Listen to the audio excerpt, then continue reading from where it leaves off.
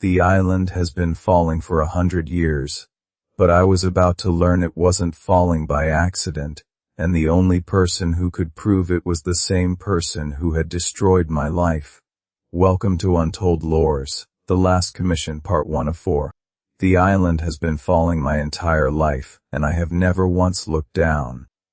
I learned that from my father, who learned it from his commander, who learned it from the generals who built this nation on the back of a lie nobody wanted to name out loud. We do not look down, we look forward, at the horizon, at the clouds we are slowly sinking through, at the blue sky that gets a little smaller every year. At least, that is what the rest of Vasker does. I have not been part of the rest of Vasker for 3 years. My name is Aaron Das. I was the general who won the Battle of the Ash Corridor. I was also the general who lost it, depending on who you ask and what they need you to have done. The court stripped my rank on a Tuesday morning. It took less time than breakfast. I was handed a tin badge and told I could keep my sword as a kindness. That sword is currently holding my tent door open because the pin broke 2 winters ago and I cannot afford a new one.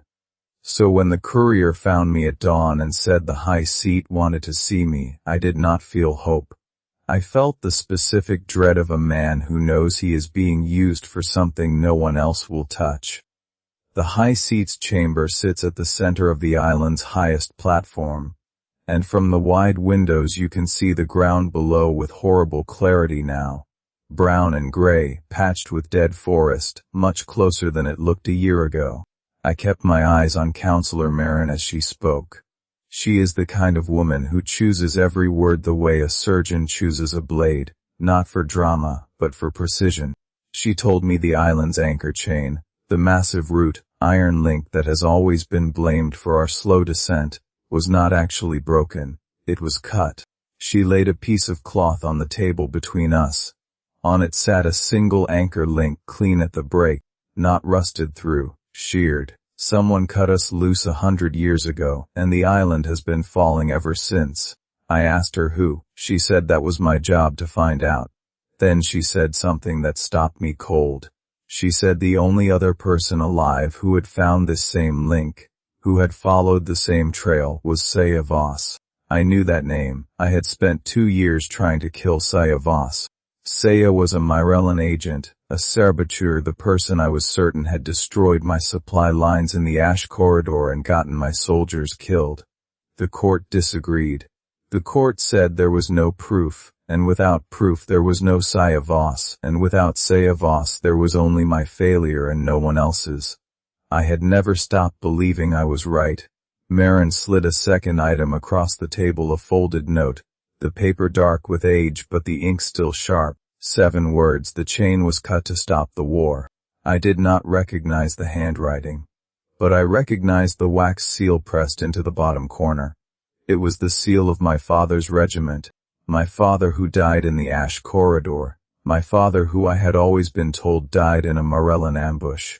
Marin watched my face the way you watch a door you expect to open. She said Saya Voss has the other half of that note. Then she told me the island had, at current descent rate, 40 days before it hit ground. The impact by her engineers' best count would kill every living person on the surface below us. Not a landing.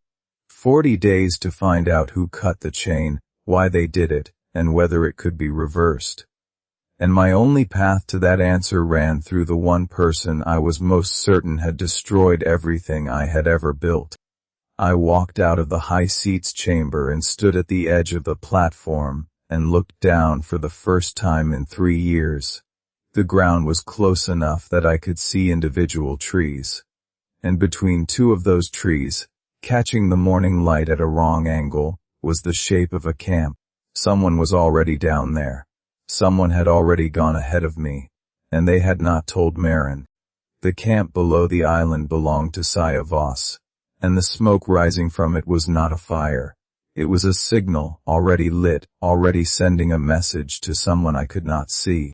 That's it for part 1. Follow Untold Lores for part 2. Like and subscribe for daily stories.